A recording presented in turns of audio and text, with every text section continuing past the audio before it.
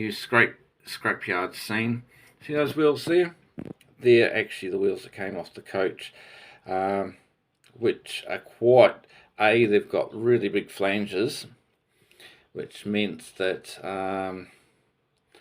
it was almost running on the sleepers, because obviously back in the day, I dare say, the track was not fine scale like it is today, and actually a larger diameter.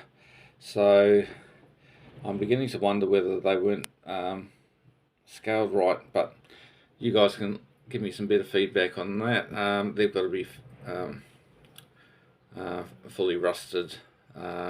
Scene's not totally finished there.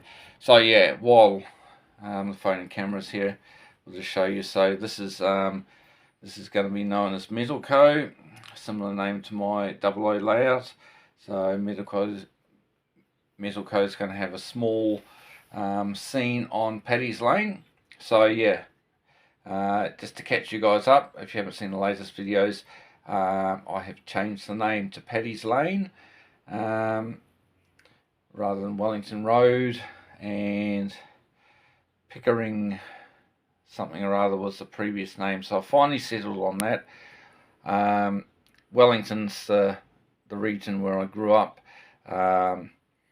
but the Wellington British Railway Modelers Club, I believe their club layout is Wellington, named Wellington. So as that's going to be at the exhibition too, and I decided to think, well, I needed to change the name, and something that would probably suit more of a little branch line scene. And I thought about my Irish heritage. The layout is set in the UK, loosely, probably northeast, central, just a loose prototype, typical location.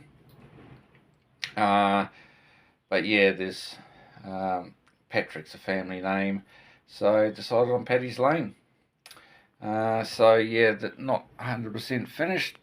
The scrap pile, we've got to add a few weeds, because what I've done is I've gone to my scraps box and actually found all sorts of bits and pieces.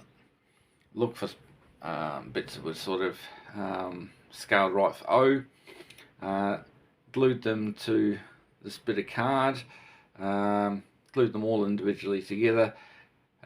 Initially hit them with some matte black spray and then a squirt of some silver, and then I've gone along with my Tamiya acrylics and sort of coloured them up.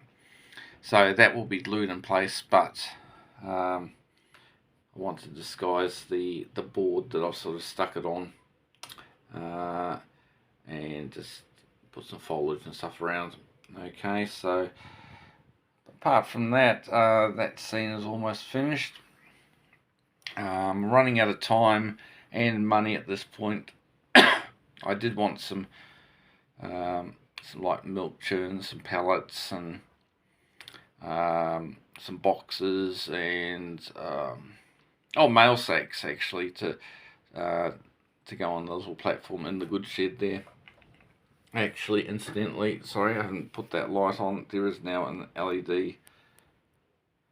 Sorry, let's get this to go on. Yeah, you can sort of see it in there. So that's lit up. So a couple of box fans there, and that one there is, I think the GW one's like a 10 ton.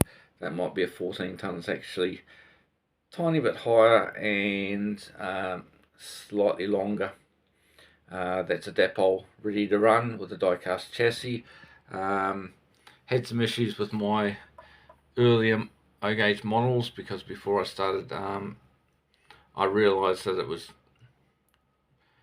cost effective and quick to get stuff from the UK. That's a Pico kit, and it's all plastic apart from the wheels, basically, and maybe the little chains.